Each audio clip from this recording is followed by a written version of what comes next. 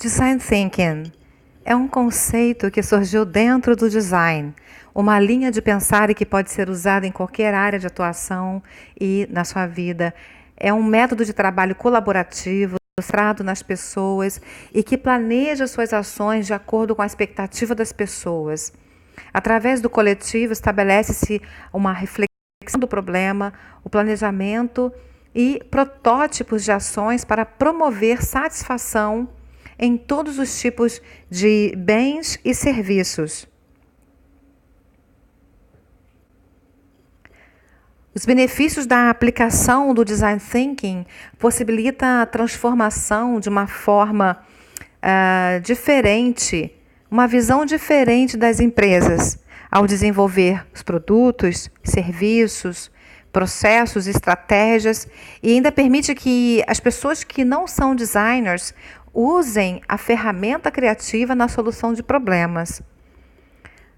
Para uma melhor compreensão, é como se juntássemos o pensamento corporativo com o pensamento criativo. É uma perfeita combinação dos desejos e necessidades do público com as possibilidades de realizações tecnológicas. Sim, esse conceito ele se adequa a todo tipo de solução de problemas, mas em especial aqueles em que não há uma resolução muito clara, situações muito variáveis e que podem causar fortes impactos nas necessidades cotidianas das pessoas. Então, para ajudar a compreender melhor como é possível fazer o uso dessa ferramenta tão interessante, nós desmembramos esse conteúdo em 5 etapas, onde a etapa 1 é a definição. É a etapa ao qual nós salientamos a importância que você ou as demais pessoas que fazem parte do time reflitam sobre as seguintes perguntas. O que se sabe sobre o problema? Que tipo de informação foi considerada que ninguém pensou antes? Que tipo de informação é possível fazer diferença na vida das pessoas que esperam, aguardam por uma solução? Aqui a ideia não é pensar na experiência e conceitos técnicos, mas qual a visão específica de como lidar com a pessoa detentora do problema? Utiliza-se nesse momento a chuva de ideias, o brainstorm, para criar o maior número de possibilidades para a solução do problema. Aqui é para evitar o óbvio. Nessa etapa, as ideias inovadoras que estão no seu time, das pessoas que fazem parte desse grupo e também os que estão de fora, elas possuem habilidades diversas. E quanto maior for a quantidade de ideias e análises sobre o mesmo problema, com certeza maior será a probabilidade de solucioná-lo. Na etapa 2, nós temos a empatia. Nesse momento, deve-se observar os usuários e o contexto do comportamento deles em relação às suas próprias vidas. A interação com eles através de entrevistas, observando os seus hábitos, ouvindo atentamente sem pré-julgar, tendo também todo o cuidado para não influenciar as ações, as circunstâncias, comportamentos. É muito importante nesse momento, além dessa observação, questionar tudo a esse usuário, mesmo aqueles pontos que já é conhecido. Fazer perguntas a eles como de que forma eles entendem o mundo é uma boa linha de pesquisa durante essa busca. Observar os padrões que surgem também em conversas com eles e usando sempre as perguntas como, onde, por quê, direcionando-os dessa forma para que essas perguntas possam ajudá-los a ajudar o grupo, a equipe, a atingir níveis mais profundos e específicos de informação. Montar um quadro também e anotar todos os detalhes, categorizando-os, vai facilitar essa análise toda ao final dessa etapa.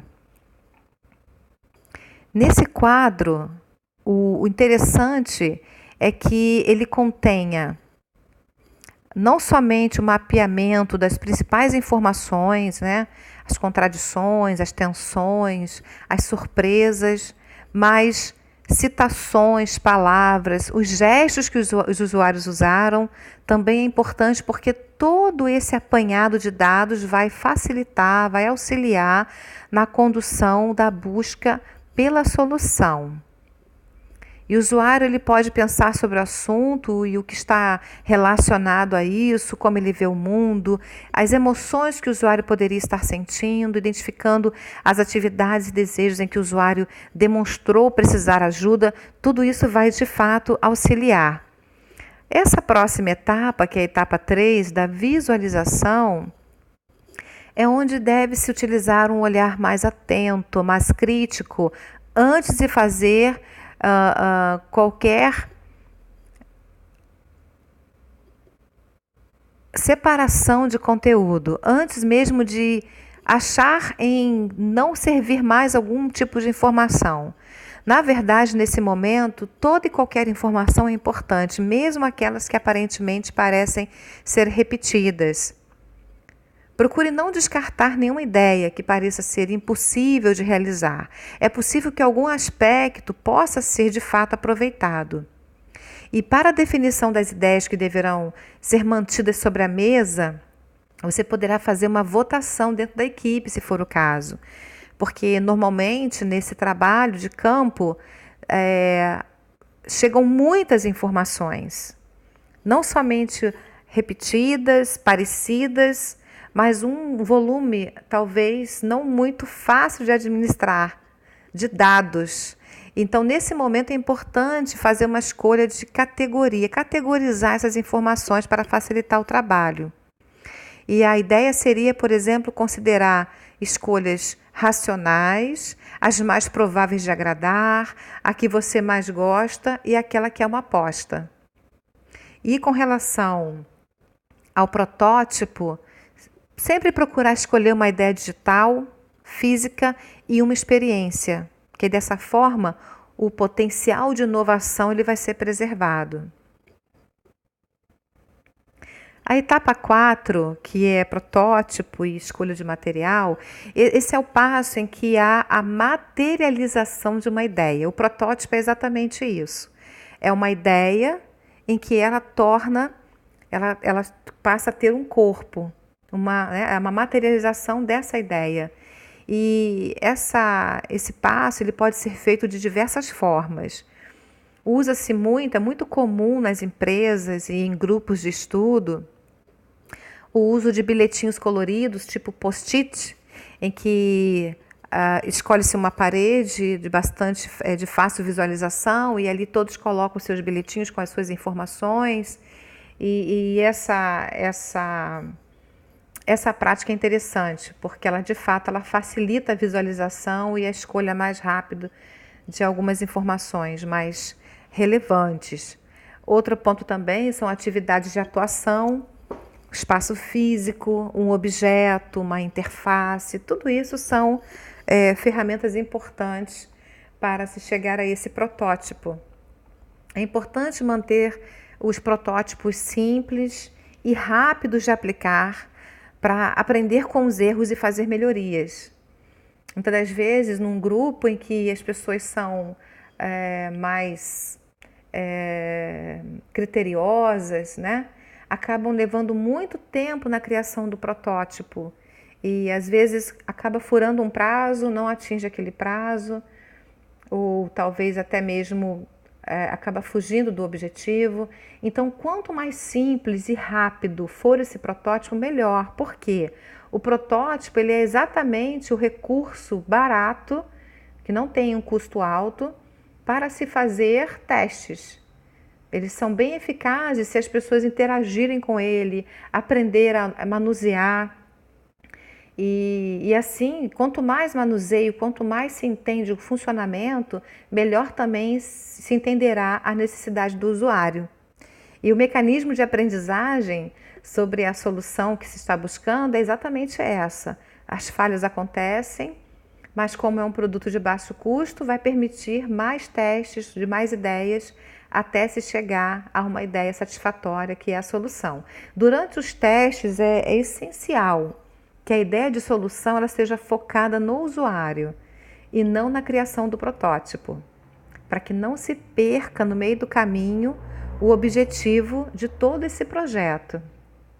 Os protótipos eles tendem a ser fontes inspiradoras de novas ideias e que podem revolucionar áreas de conhecimento. Eu pesquisei apenas 3, são muitos obviamente, mas apenas 3 inventores adolescentes.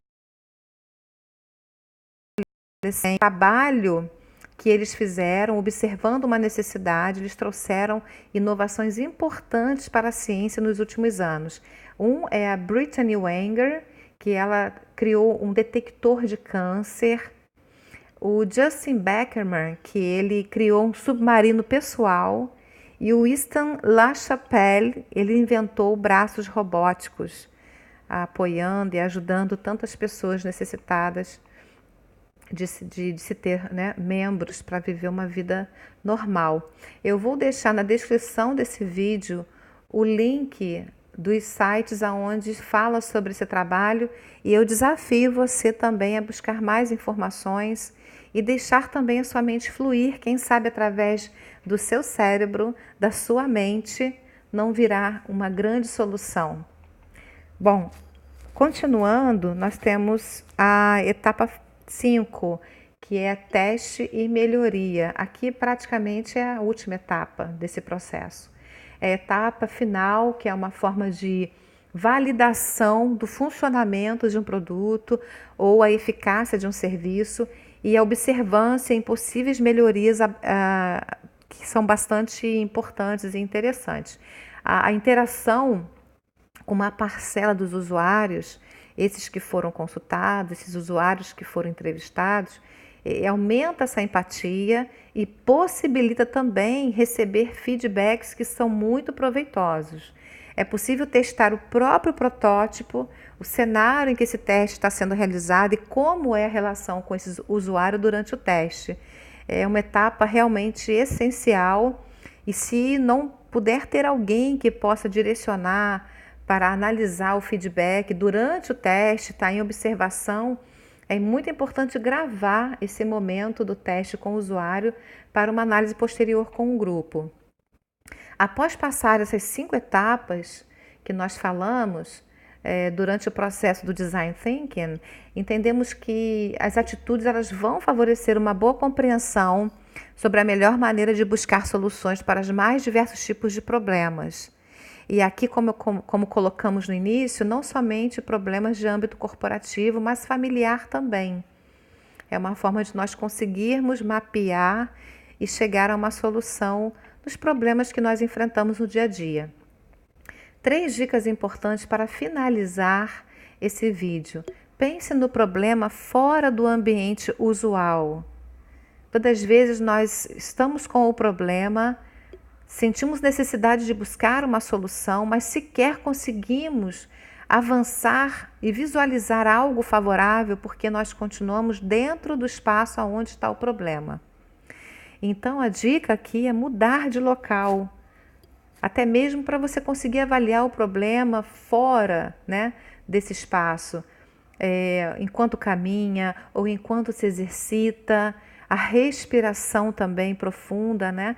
Respirar profundamente, ela oxigena melhor o cérebro e isso com certeza traz uma maior fluidez, você consegue pensar melhor e até mesmo ter acesso a possíveis perspectivas de solução. Adquirir o hábito de andar com um bloquinho ou um caderninho para realizar as anotações que surgem, porque muitas das vezes quando estamos fora, caminhando e fazendo coisas diferentes, às vezes em momentos inesperados surgem boas ideias. E se nós não estamos com um bloquinho, uma caneta, um lápis à mão, a gente corre um grande risco de esquecer de anotar e uma ideia, né, ser jogada fora. E a outra boa dica nesse processo também é desenhar. Eu não estou falando aqui que todos têm que ter o dom de desenhar, Mas quando falamos em desenhar, é rascunhar mesmo, né? Um mapa visual, né? É um recurso visual interessante para o cérebro, para que ele possa compreender o desafio e conseguir organizar melhor essas possíveis alternativas para se chegar a uma boa solução. Dessa maneira, será facilmente perceptível o quanto as ideias podem evoluir com a aplicação periódica das técnicas do Design Thinking. Se essas informações foram boas para você, foram importantes, te fizeram pensar, deixe o seu like, se inscreva no canal e envie um comentário. Vai ser muito importante ter a sua participação.